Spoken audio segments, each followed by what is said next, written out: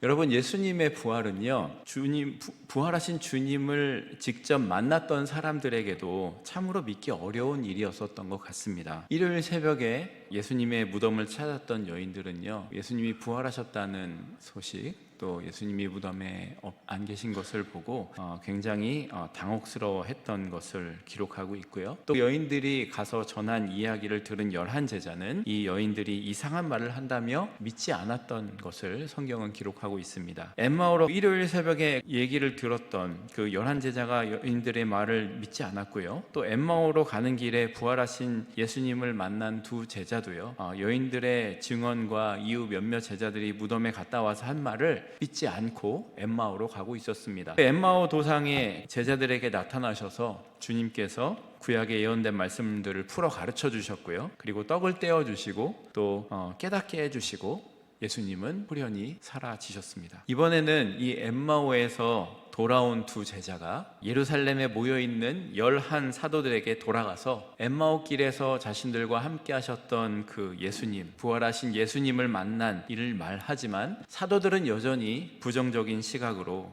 그들을 보고 있었고 믿지 못하고 있었습니다. 바로 그때 예수님께서 그들 가운데 나타나셨다는 겁니다. 엠마오의 길에 가는 두 제자를 만났던 예수님을 만났던 두 제자가 사도들에게 가서 이 소식을 막 전하고 있을 그때에 예수님이 그곳에 나타나신 겁니다. 36절 말씀 같이 읽겠습니다. 말을 할 때에 예수께서 친히 그들 가운데 서서 이르시되 너희에게 평강이 있을지어다 하시니, 예수님께서는 먼저 그들에게 평강을 전하셨습니다. 샬롬 하셨겠죠. 여러분, 샬롬 하는 거는 이제 완전한 것, 이게 모든 것이 완전합니다, 이런 인사, 평안하고 완전합니다, 이런 인사인데, 샬롬 하고 예수님이 인사를 하셨습니다. 만약 제자들이 문 닫고 숨어 있는 자리에 예수님이 딱 나타나셨다면 여러분 어떻게 하시겠습니까? 으악! 그러시겠어요? 예수님이 거기 나타나셨단 말이에요. 예수님께 달려가서 안겨야죠. 예수님 죄송해요. 예수님 버리고 도망쳐서 죄송해요. 십자가에서 죽으실 때까지 모진 고초 당하시는 동안 아무것도 못해서 죄송해요 하며 울며 회개해야 되지 않겠습니까? 근데 제자들을 보세요. 어떻게 하는지 37절 읽겠습니다. 그들이 놀라고 무서워하여 보는 것을 영으로 생각하는지라. 귀신을 봤다는 거예요. 유령을 봤다는 거예요. 평화를 빌어주시는 예수님, 목소리만 들어도 알 거잖아요. 3년간 같이 동고동락 했는데, 근데 거기에 목소리를 듣고도 제자들은요, 예수님을 보고도 무서워했다는 겁니다. 주님이 3년 동안 가르치시고 함께 하시면서 가르치시고 양육하신 보람이 참 없다고 느끼실 것 같아요. 어쩜 이렇게 못 알아들을까? 이미 수차례 십자가와 부활에 대해서 얘기하셨는데 효과가 없습니다. 그래서 주님께서는 어찌하여 두려워하며 어찌하여 마음에 의심을 하느냐라면서 그들을 책망을 하십니다. 그런데도요, 제자들이 이 두려움 가득한 마음을, 예수님이 그 안에 탁 오셨는데 선뜻 다가가지 못하는 겁니다. 그때 예수님께서 어떻게 하시냐면요, 손과 발을 보여주십니다. 만져봐라. 손과 발에 십자가의 흔적을 보여주시면서 만져봐라. 그리고 믿는 자가 되라. 제자들은요, 당시에 이제 사람은 죽으면 영으로 분리된다고 생각했으니까, 영이니까 닫혀있던 곳에 들어왔고, 그리고 이렇게 보여지고 있으니까, 근데 직접 손을 만져보고 못자국난 손과 발을 보여주시고 만져보고 믿으라 라고 하니까 기쁘기는 한데 아직도 주저하는 마음이 있었던 거예요. 그때 예수님께서 엠마오로 가던 제자들과 함께 갑자기 나타나셔서 이야기하시다가 다 깨닫게 해주시고 잔을 들어 축사하시고 떡을 떼주시고 뿅 사라지셨어요. 그리고 이 제자들이 열심히 예루살렘에 와서 이것을 전하고 있는데, 닫혀있는 가운데, 닫혀있는 문, 요한복음 20장 26절에 보면 문이 닫혀있고 제자들이 모여있는 가운데 예수님이 탁 나타나셨단 말이에요. 놀랄만 하죠. 그래서 도저히 그들의 상식으로는 예수님이 지금 부활한 게 믿어지지 않는 겁니다. 그래서 예수님께서 그들에게 더 확신을 주시기 위해서 먹을 거를 달라고 하셨습니다. 먹을 거를 가져와라. 제자들이요, 구운 생선 한 토막을 가지고 왔습니다. 그 생선은요, 그들의 가장 보편적인 식사였어요. 우리의 가장 보편적인 식사 뭐죠? 김치, 밥이랑 김치. 이거 딱 보면은 이 사람들에게도 가장 보편적인 식사,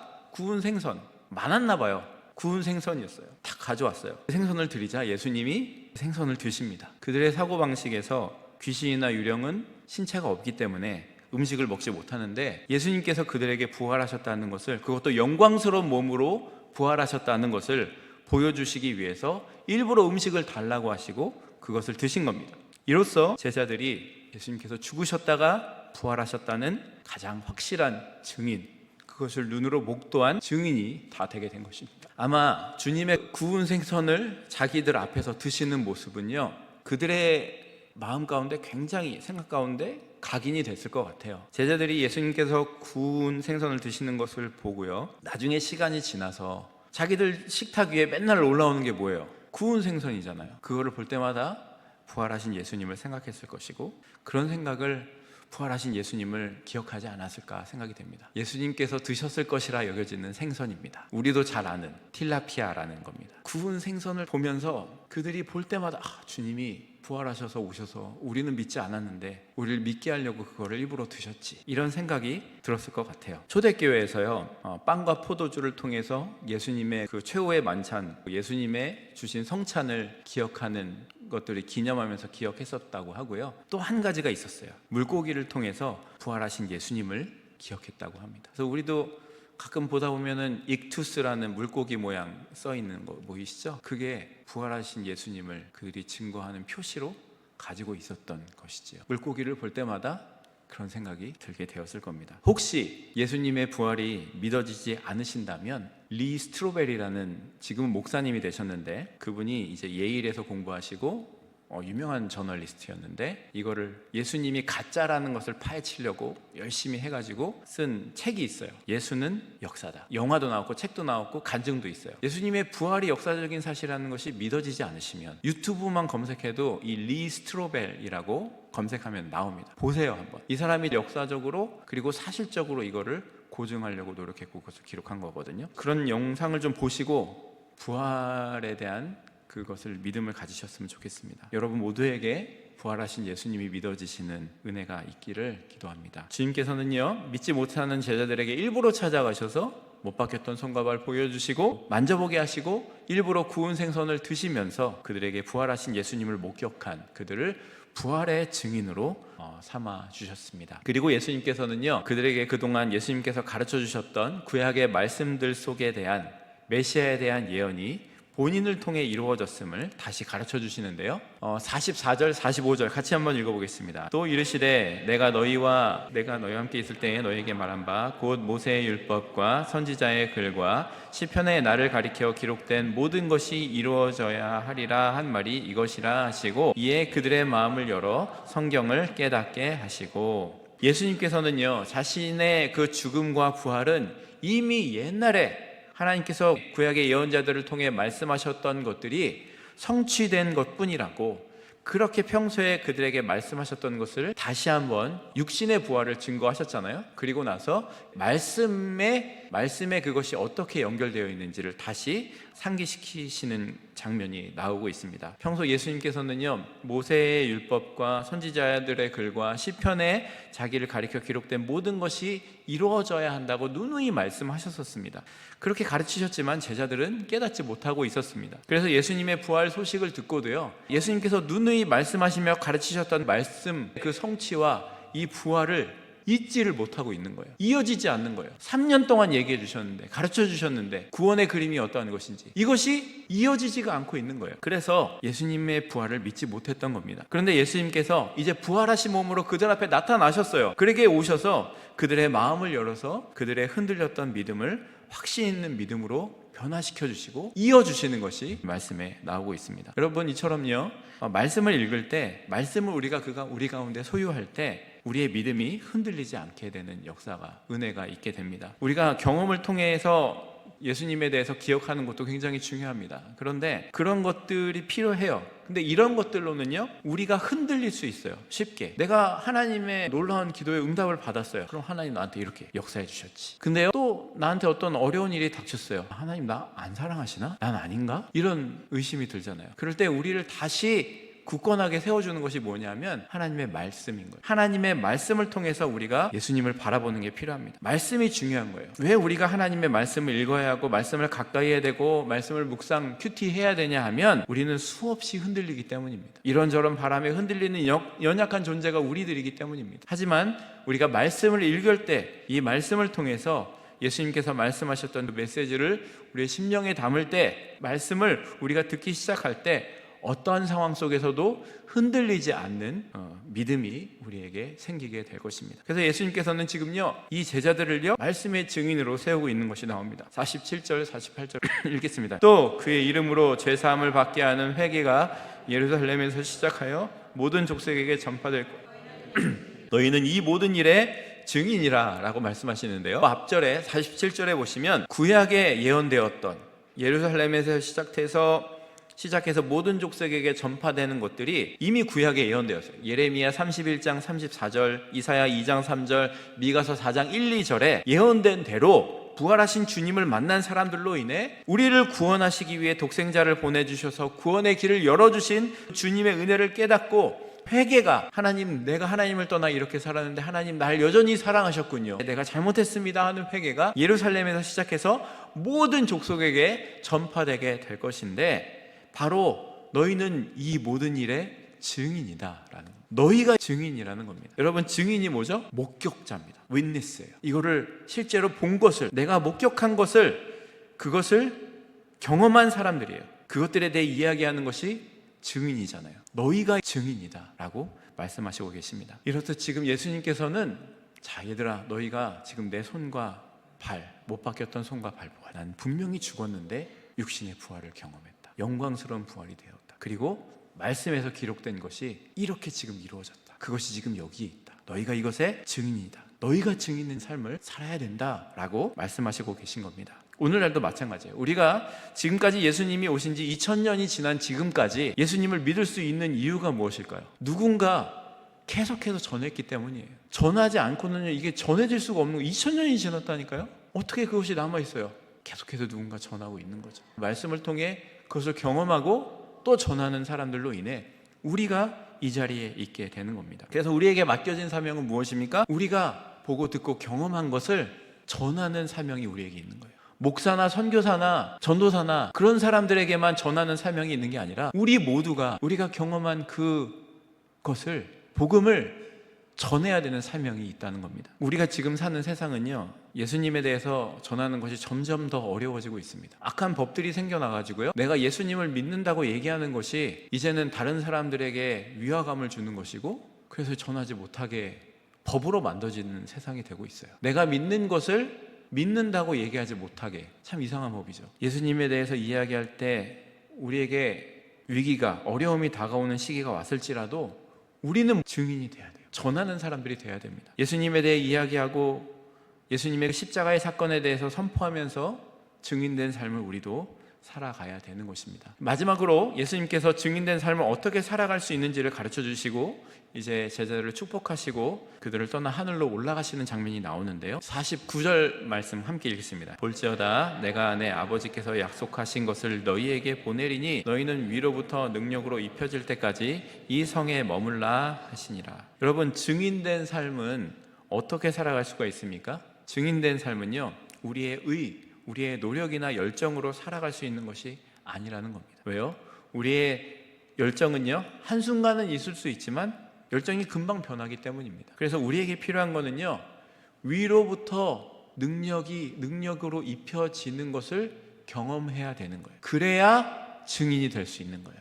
성령님께서 위로부터 임하는 능력이 뭐예요? 성령님을 얘기해요. 예수님이 부활 승천하신 다음에 오순절날 성령님께서 제자들에게 임하셨고, 그들이 그 임한 성령님을 힘입어서 나아가서 전하기 시작했습니다. 그래서 우리가 복음을 듣고 있는 거예요.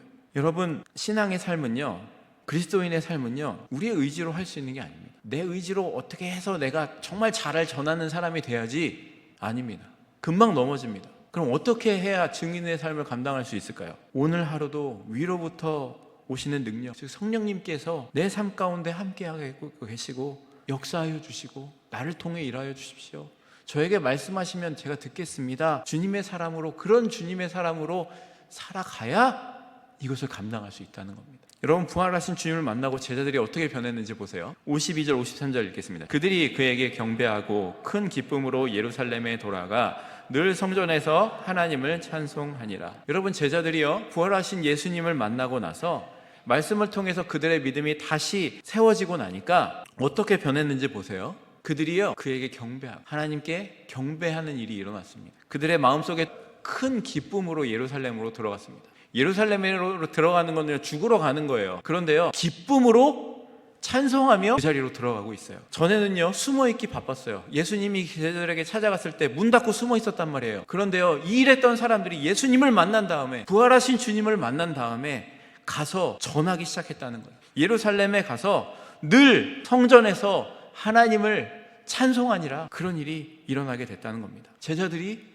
부활하신 주님을 만나고 이렇게 바뀌게 된 것입니다. 부활하신 주님을 만나면요, 우리의 삶도 바뀌게 될 줄 믿습니다. 우리는 더 이상 불안해할 필요가 없는 거예요. 우리는 더 이상 초조할 필요가 없는 거예요. 부활하신 예수님으로 말미암아 우리에게 무엇이 있다는 것을 우리가 알게 됐어요. 하늘나라가 우리에게 예비되어 있다는 거예요. 그것이 예비되어 있으니까 이 땅에서의 우리의 삶은요, 이제 더 이상 걱정할 필요가 없어요. 영원한 하나님 나라가 준비되어 있으니까 우리는 여기서 살 동안 이제 주님께서 주신 은혜를 아는 자로, 부활하신 주님을 경험한 자로 살면 되는 거예요. 순종하면 되는 거예요. 마지막으로 누가복음 1장 1절 같이 읽습니다. 우리 중에 이루어진 사실에 대하여, 자, 잘 보세요. 주님의 부활을 경험했던 누가가요, 이제 누가복음을 시작하면서 1장 1절에 처음 시작하면서 이렇게 얘기합니다. 우리 중에 이루어진 사실에 대하여. 예전에 지나간 일에 대하여 아니고요, 우리 중에 있었던 일에 대하여가 아니고요,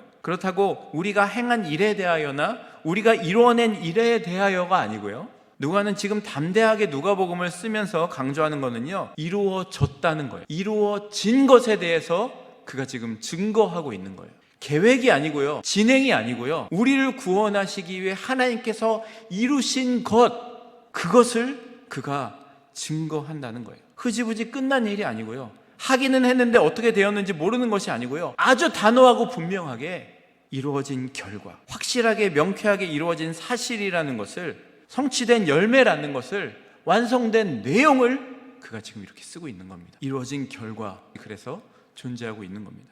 성취된 열매이니까 지금도 당연히 효력이 있는 것이고요, 영향력이 있는 것입니다. 추가할 것이 없고요, 개선할 것도 없기 때문에 누가복음은 이루어진 것으로 끝이 나고 있고요, 사도행전은요, 이루어진 것의 기초에서 역사가 어떻게 일어나는지를 기록을 하고 있습니다. 여러분, 우리는요, 하나님께서 이루신 것을 전하는 증인들입니다. 아멘. 여러분, 우리가 어떻게 부활의 증인이 될 수 있어요? 제자들은 그때 부활하신 예수님 눈앞에서 만났잖아요. 손 만져봤잖아요. 그러니까 믿을 수 있지만, 난 2000년 후에 나는 어떻게 믿을 수가 있습니까? 어떻게 나는 그것을 믿을 수가 있어요?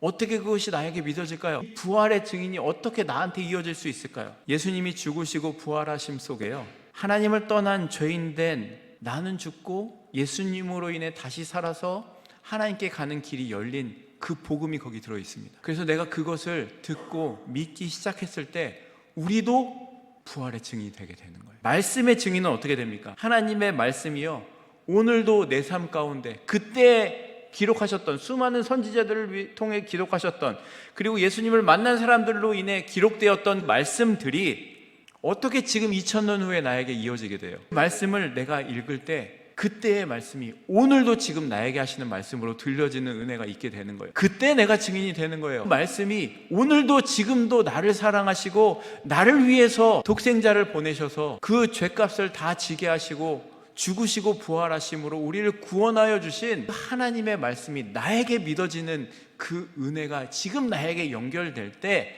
내가 말씀의 증인으로 살아가게 되는 거예요. 그래서 날마다 말씀을 묵상할 때, 항상 말씀을 읽고 묵상하기 시작할 때 여러분 기도하셔야 돼요. 성령님, 하나님 말씀 내가 지금 묵상하며 나아갑니다. 하나님의 말씀이 지금 내 삶 가운데 임하게 하여 주십시오. 그리고 그 말씀 가운데 내가 순종하면서 살아가게 해 주십시오 라고 기도하는 기도로 우리가 살아가기 시작할 때 우리가 말씀의 증인이 될 수 있는 겁니다. 복음의 증인은 하나님께서 그 사람들을 구원하시기 위해 하셨던 그 2000년 전의 사건이 모든 사람의 죄를 대신해서 죄 없으신 주님이 오셔서 그 사람들, 우리를 위해서 죽으시고 부활하신 것을, 그 사건이 나에게 이어지는 것을 우리가 경험할 때 나도 그 가운데 있었군요. 내가 그리스도와 함께 십자가에 못 박혔나니 그런즉 이제는 내가 산 것이 아니오 오직 내 안에 그리스도께서 사는 것이라. 이제 내가 육체 가운데 사는 것은 나를 사랑하사 나를 위하여 자기 자신을 버리신 하나님의 아들을 믿는 믿음 안에서 사는 것이라. 그것이 나에게 믿어지기 시작할 때, 그 사랑이 나에게 이어지기 시작할 때 내가 이제 그 복음이 나의 복음이 되는 거예요. 그리고 복음을 나로부터 증거되는 은혜가 있는 것이 증인의 삶인 거예요. 여러분, 증인은요 의무가 아닙니다. 증인은요 내가 본 것, 경험한 것을 내 입으로 자연스럽게 전해지는 게 증인이에요. 제가 지금 여러분 증인이 되셔야 돼요. 말씀하시고 성경 공부 배우시고 하세요 라고 얘기하는 게 아니에요. 우리는요 하나님께서 이미 모든 이루신 일들을 지금 말씀을 통해 배웠잖아요. 그것이요 여러분 가운데 믿어지고요, 그것이 내 가운데 경험되어져야 돼요. 이 성경에 있는 모든 약속들과 역사들이 이것이 나의 말씀으로 나에게 믿어져서 이것이 내 삶을 가운데 전해져야 돼요. 증거돼야 돼요. 그게 증인인 거예요. 시키지 않아도 내가 오늘 이 말씀을 묵상하고 이렇게 기도했는데 하나님 나한테 이런 말씀을 주셔서 순종했더니 이런 은혜가 있었어요. 내가 이 말씀을 붙들고 이렇게 기도했는데요 하나님께서 나에게 이렇게 응답해 주셨어요. 이 문제를 이렇게 해결해 주셨어요. 증인이, 그것이요 우리에게 축복인 거예요. 우리 아까 찬양했잖아요. 복음을 전할 수 있는 축복이 당연한 것 아니라 은혜였어. 은혜인 거예요. 전해지는 거예요. 누가복음을 111번째 시간으로 마치면서 우리가 함께 마음에 담아야 되는 건 이거 하나인 것 같아요. 부활하신 주님이 내게 지금 믿어지는 거예요. 그리고 성경에 약속했던 모든 것들을 주님께서 이루신 것을 내가 지금 믿어지게 되는 거고요. 그 말씀이 그때 사람들만이 아니라 지금 나에게 이어지고 있는, 지금도 성령님께서 우리 가운데 임하셔서 우리와 동행하시고 함께 하시고 생각나게 하시고 이끌어셔서 그 말씀을 나에게 이어주시는 그 성령님의 역사가 우리 가운데 경험돼야 되는 거예요. 그리고 그것이 여러분을 통해서 증언되는 것, 그것이 증인의 삶입니다. 우리 모두가 증인이 되시는 여러분 모두가 되시기를 소망합니다.